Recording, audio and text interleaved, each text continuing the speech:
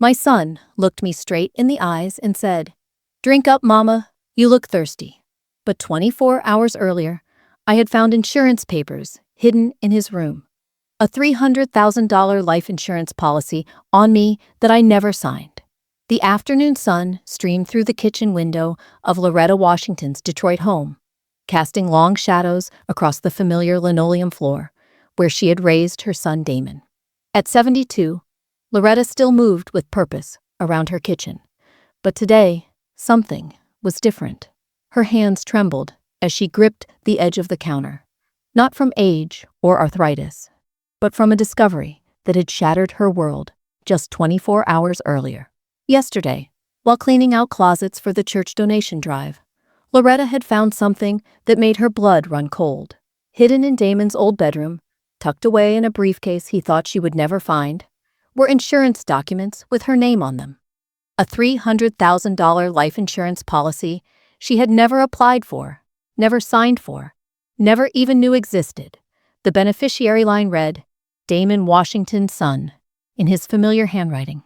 Now, as Damon stood in her kitchen, wearing his usual caring smile, Loretta felt like she was seeing him for the first time.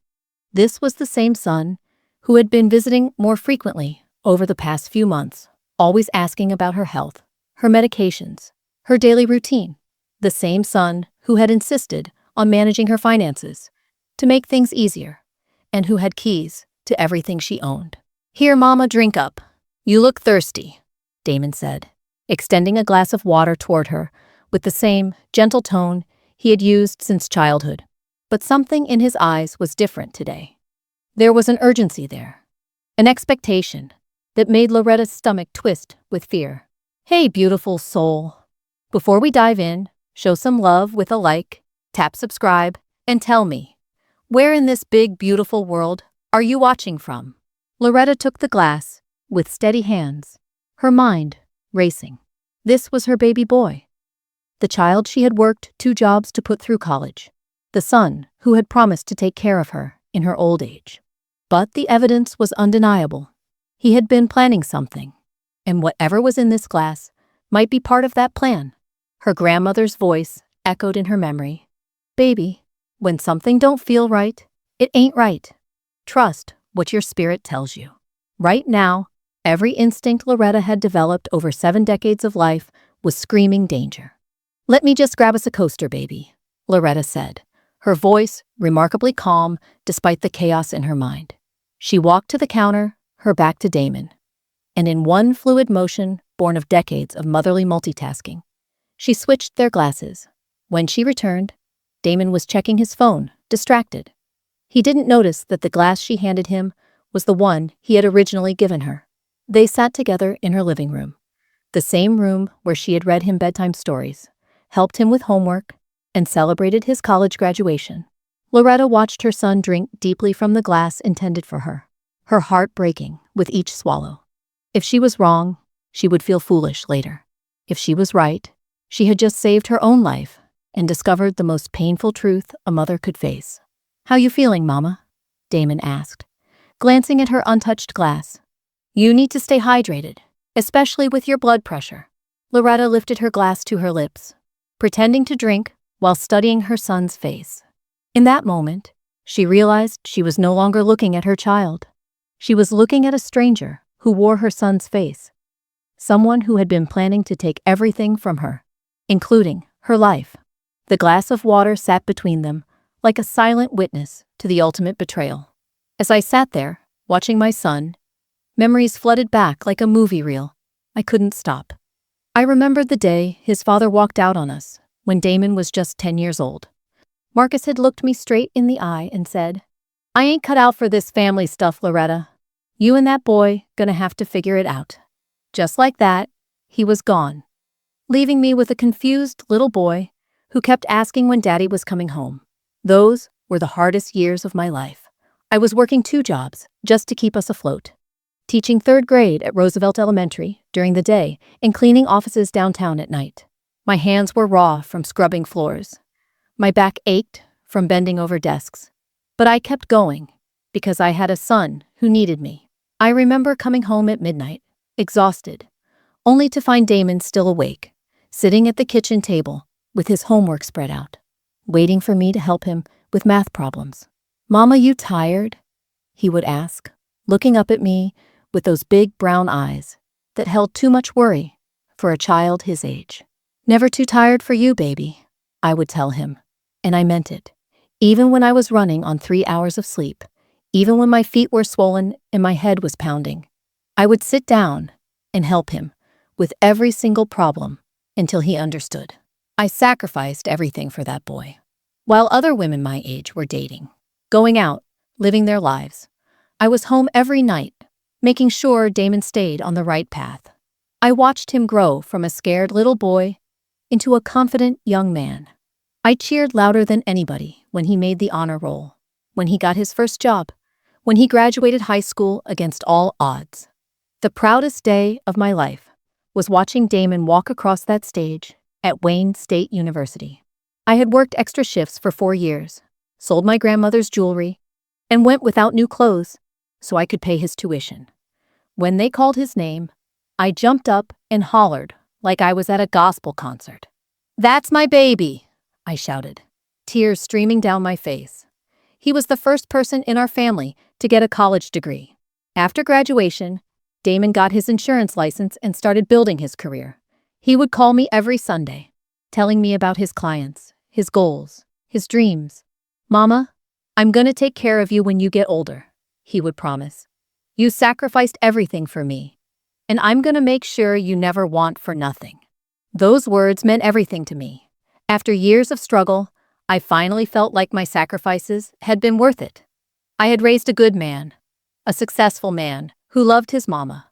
When I met James 3 years later, Damon was the one who encouraged me to get married. "Mama, you deserve to be happy," he said. "You spent your whole life taking care of everybody else. It's time somebody took care of you." James was a good man, a widower who understood what it meant to put family first. We had 15 beautiful years together before his heart gave out.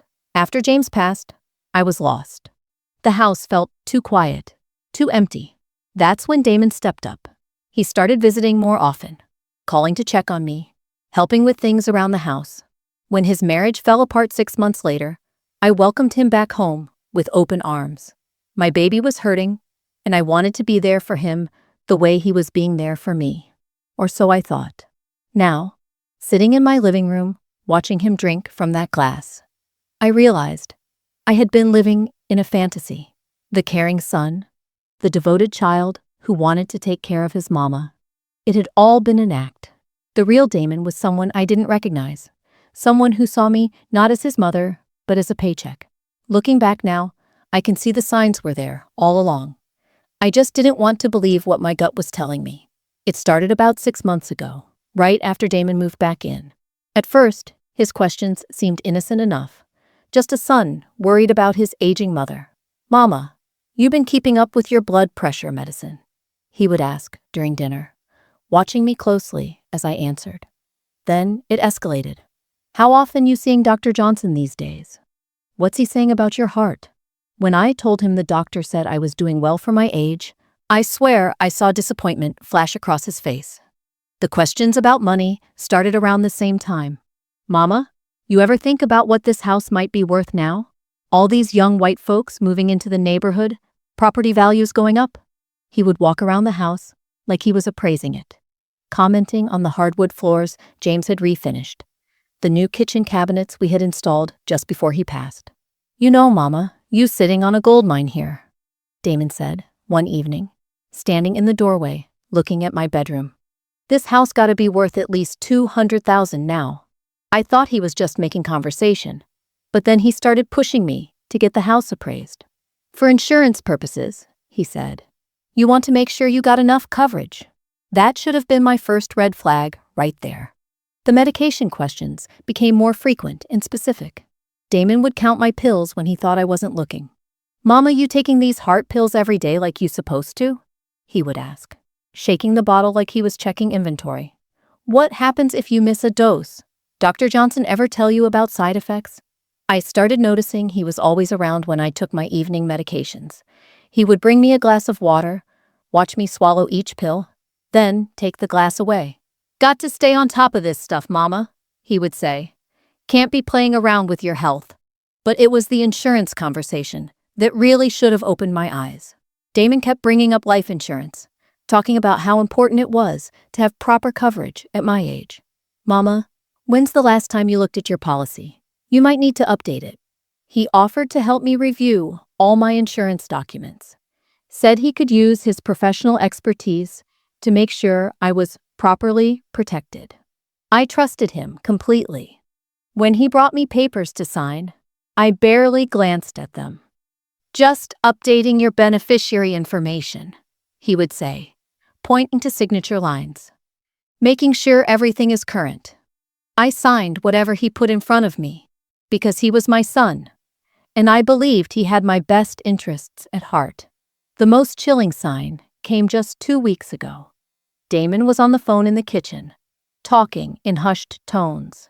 I heard him say, "Yeah, she's got diabetes and high blood pressure. Doctor says her heart ain't what it used to be." When he saw me standing there, he quickly ended the call and claimed he was talking to his insurance supervisor about a client. All these little moments, these subtle changes in his behavior, they were adding up to something I didn't want to see. My son wasn't taking care of me. He was taking inventory. The morning after I found those insurance papers, I knew I had to get to the bottom of this. My hands were shaking as I dialed the insurance company's customer service number. I had practiced what I was going to say, trying to sound like a confused old woman who was just checking on her policies. "Hello, this is Loretta Washington," I said, my voice trembling slightly. "I'm calling because I'm a little confused about my life insurance coverage. My son helps me with my paperwork, and I want to make sure I understand everything correctly." The agent was patient and kind. "Of course, Mrs. Washington. Let me pull up your account." There was a pause, the sound of typing. "I see you have a term life policy that was initiated 4 months ago for $300,000. The beneficiary is listed as Damon Washington." My heart stopped. 4 months ago? Are you sure? I don't remember applying for any new insurance. "Well, according to our records, the application was submitted by your son as your authorized representative. He provided all the necessary documentation, including your medical records and a power of attorney form." Power of attorney. The words hit me like a physical blow. I had never signed a power of attorney giving Damon control over my financial decisions. But then, I remembered all those papers he had brought me to sign. All those times he said he was updating my beneficiary information and making sure everything was current. "Ma'am, are you still there?" the agent asked. "Yes, I'm here. Can you tell me who's been paying the premiums on this policy?" "The monthly premiums are being automatically deducted from an account ending in 4732. Is that familiar to you?" I recognized the numbers. It was the joint checking account Damon had convinced me to open for emergencies. The account he had been managing for the past few months, the one he said would make it easier for him to help me with bills and expenses. After I hung up, I sat in my kitchen chair, feeling like the world had tilted off its axis. My son had forged documents, opened accounts, and taken out a life insurance policy on me without my knowledge or consent. But that wasn't even the worst part. I called Dr. Johnson's office next. "This is Mrs. Washington," I told the receptionist. "I need to know if anyone has been requesting my medical records recently." "Oh yes, Mrs. Washington. Your son has called several times asking about your health status. He seemed very concerned about your prognosis and asked specifically about your life expectancy. He said he needed the information for insurance purposes." The room started spinning. What exactly did he ask about? He wanted to know about your heart condition, your diabetes management, and whether Dr. Johnson thought your conditions were likely to worsen quickly.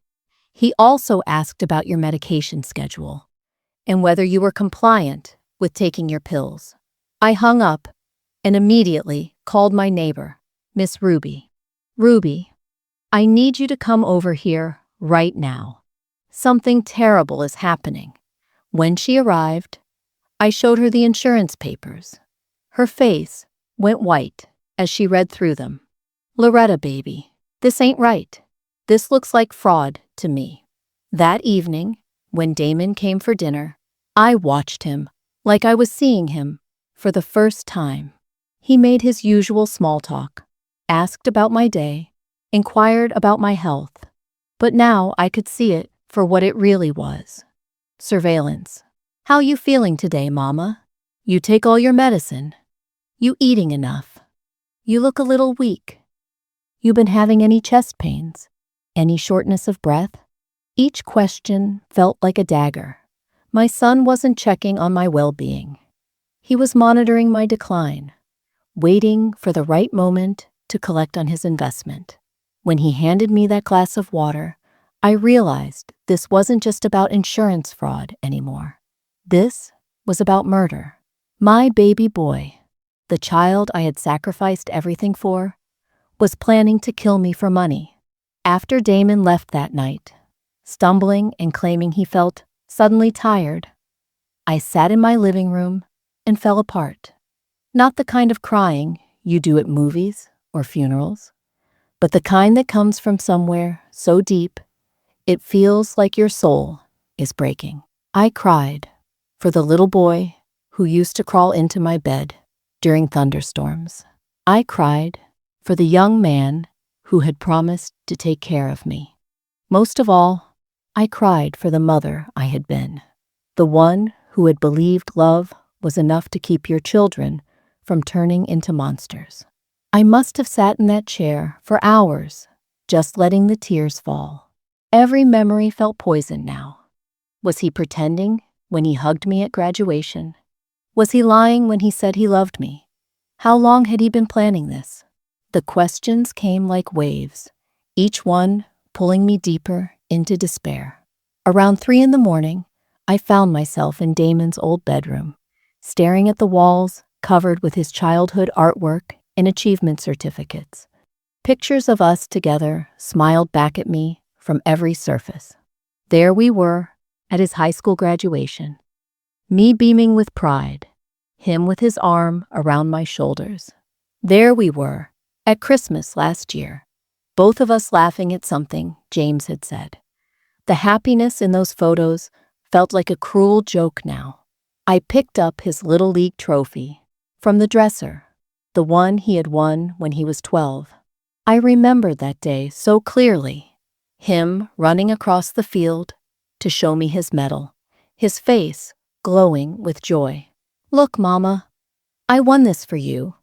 That little boy wouldn't hurt a fly. What had happened to him? When did my baby turn into someone who could look me in the eye and plan my death? But then, something shifted inside me. I heard my grandmother's voice again, strong and clear. Baby, you can't control what people do to you, but you can control how you respond. Don't let nobody make you forget who you are. I thought about all the things I had survived. Growing up poor in Mississippi, moving north with nothing but hope and determination, raising a child alone when his father abandoned us, working 2 jobs for years without complaint, burying my husband and learning to live with grief. I had faced every challenge life threw at me with grace and strength. This would not be the thing that broke me. Standing there in that room, surrounded by the remnants of my son's childhood, I felt something I hadn't expected. Peace. Not the kind that comes from forgiveness or understanding, but the kind that comes from clarity. I knew what I had to do. I wasn't going to confront Damon with tears and accusations. I wasn't going to beg him to remember the mother who had sacrificed everything for him. I wasn't going to give him the satisfaction of seeing me broken. Instead, I was going to do what I had always done. When faced with impossible situations, I was going to be smart, be strategic, and be stronger than anyone expected. My son thought he was dealing with a helpless old woman. He was about to learn that this old woman had more fight in her than he could ever imagine. I was going to protect myself with the same fierce determination I had used to protect him when he was small. The difference was, now I was protecting myself from him. The next morning, I woke up with a clarity I hadn't felt in months. While Damon thought I was just his confused old mother, I was about to show him that 72 years of life had taught me a thing or two about survival. I had a plan, and I was going to execute it with the precision of a military operation. First, I needed legal protection. I called my church and asked to speak with Deacon Williams, who had retired from his law practice, but still helped church members with legal matters. Deacon Williams, I need to see you today. It's urgent, and I need you to keep this between us. We met at a small diner across town, where I knew Damon would never think to look for me. When I laid out all the evidence, the insurance papers, the forged power of attorney, the fraudulent signatures, Deacon Williams' face grew grave. Loretta, this is serious criminal activity. Insurance fraud, forgery, financial exploitation of an elderly person. We need to report this to the police immediately. I will, I said. But first, I need to protect myself. I need a new will, and I need to make sure Damon can't get his hands on anything I own. Within 3 days, I had a new will that left everything to a scholarship fund I established for children in need. Damon's name was nowhere on any of my legal documents. I also filed a police report, providing copies of all the fraudulent paperwork. The detective, a young woman named Officer Martinez, was thorough and professional. Mrs. Washington, we're going to investigate this fully. In the meantime, I strongly recommend you remove yourself from any situation where you might be vulnerable. That's when I set my second plan in motion. I had been thinking about my sister Dorothy in Atlanta, how she had been asking me to visit for months. Why don't you come down here and stay a while? She had said during our last phone call. We could take care of each other. I called Dorothy that night. Sister, how would you feel about having a permanent house guest? What are you talking about, Loretta? I'm talking about selling this house and moving to Atlanta. I need a fresh start, and I need family around me I can trust. Dorothy was overjoyed. Girl, I've been waiting for you to come to your senses. This house is too big for you anyway, and you know I could use the company. The hardest part was doing all of this without Damon knowing. I had to time everything perfectly. When he was at work, I met with a realtor. When he was out running errands, I went to the bank to move my money. I opened new accounts at a bank in Atlanta, with only Dorothy listed as an emergency contact. Miss Ruby was my secret weapon. She helped me pack the things I wanted to keep, boxing up photo albums, important documents, and a few precious mementos. You doing the right thing, Loretta, she kept saying. That boy done lost his mind, and you can't fix crazy. The most challenging part was acting normal around Damon. Every evening when he came by, I had to pretend everything was fine. I cooked his favorite meals, asked about his day, and let him think he was still in control. But inside, I was counting down the days until I could disappear from his life forever. 2 weeks before I planned to leave, I decided to test him one more time. I made sure he saw me taking my evening medications. Then I prepared 2 glasses of water. Just like that first night, I switched them when he wasn't looking. He drank that water eagerly, watching me expectantly. When nothing happened to me, I saw that same flash of disappointment cross his face. That's when I knew for certain that my son had been trying to kill me, and that I was absolutely doing the right thing by vanishing from his life. The next morning, I put the house on the market.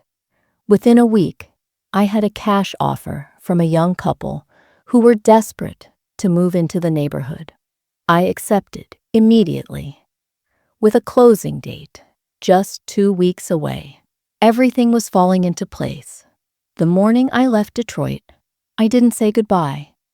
I just disappeared like smoke, leaving behind only empty rooms and a forwarding address that led nowhere. Miss Ruby had the key to lock up after the movers came, and strict instructions not to tell Damon anything if he came looking for me. I was already settled in Atlanta, unpacking my grandmother's china in Dorothy's sunny kitchen, when Damon's world started falling apart. Dorothy and I were laughing about something when her phone rang.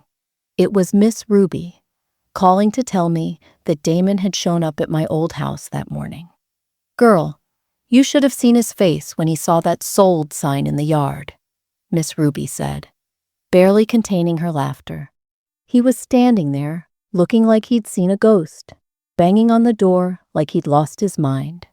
The new owners came out and told him they didn't know nothing about no Loretta Washington. I could picture it perfectly.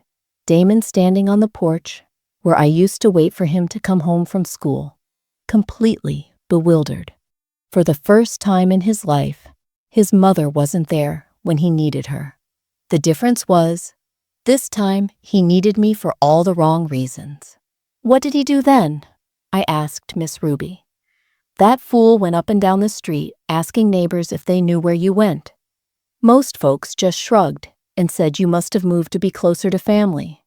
Nobody mentioned Atlanta, just like you asked."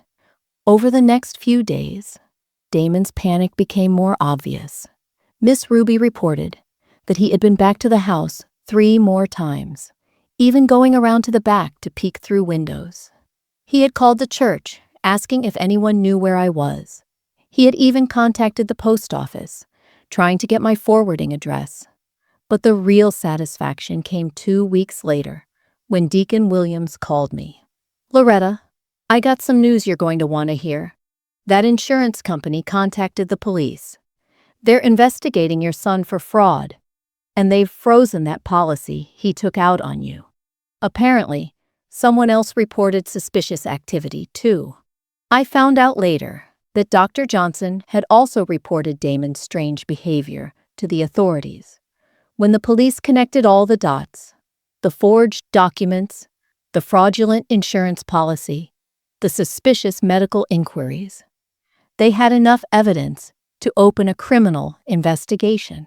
The best part was watching Damon's desperation unfold from a distance. Dorothy showed me his social media posts, where he was asking if anyone had seen me or knew how to contact me. He even posted a fake missing person plea, claiming he was worried about my health and safety. "That boy really thought you was just gonna sit there and let him kill you," Dorothy said, shaking her head. "He don't know the Washington women don't go down without a fight." But I knew the truth. Damon wasn't worried about my safety. He was worried about his payday.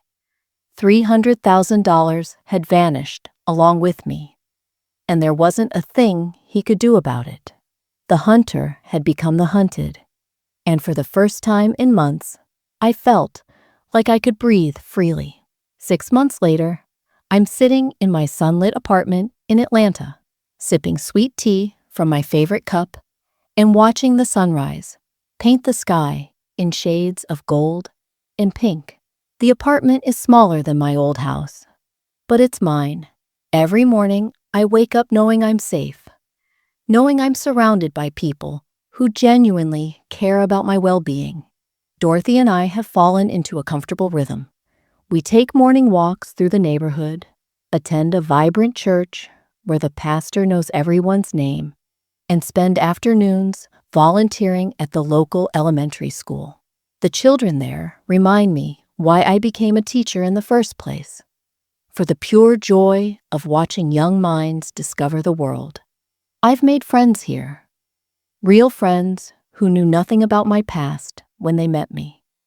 There's Mrs. Johnson, who lives next door and brings me tomatoes from her garden.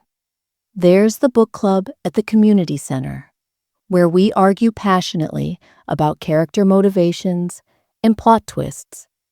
These women see me as Loretta, the retired teacher, Loretta, the volunteer, Loretta, the woman who makes the best pound cake at church bake sales. They don't see me as a victim or a target. They see me as a person worth knowing. On my dresser, I still keep that small photo of Damon as a child, the one where he's grinning with his 2 front teeth missing. Not because I miss him, but because I refuse to let his betrayal erase the mother I was. I loved that little boy completely and unconditionally. I sacrificed for him, protected him, and gave him every opportunity to become a good man. His choices as an adult don't diminish the love I gave him as a child. The scholarship fund I established has already helped 3 students from Detroit start college. Every time I get a thank you letter from one of those young people, I think about how something good came from something so terrible. My money isn't sitting in some bank account waiting to reward bad behavior. It's changing lives, creating opportunities, building futures. I learned something important during those dark months when I thought I was losing my mind.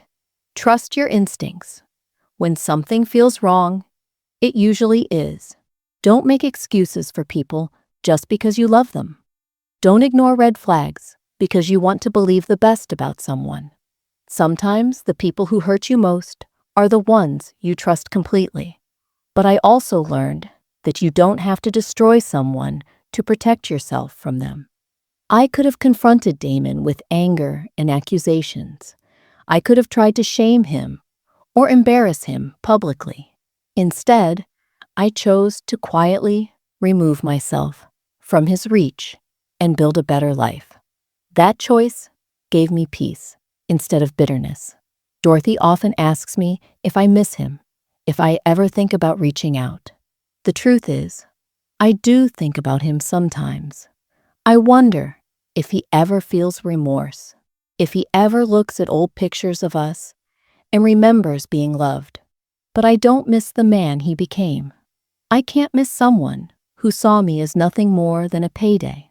The glass of water that changed everything sits on my kitchen counter now, a reminder of how close I came to losing everything. But it's also a reminder of how strong I am, how smart I am, and how capable I am of saving myself when no one else will. I am 72 years old, and I'm living my best life. I'm surrounded by people who value me, engaged in work that matters to me, and free from the fear that consumed me for so long. Damon thought he was planning my ending. Instead, he gave me a new beginning. Sometimes the greatest victory isn't getting revenge. Sometimes it's simply walking away and thriving without the people who tried to destroy you.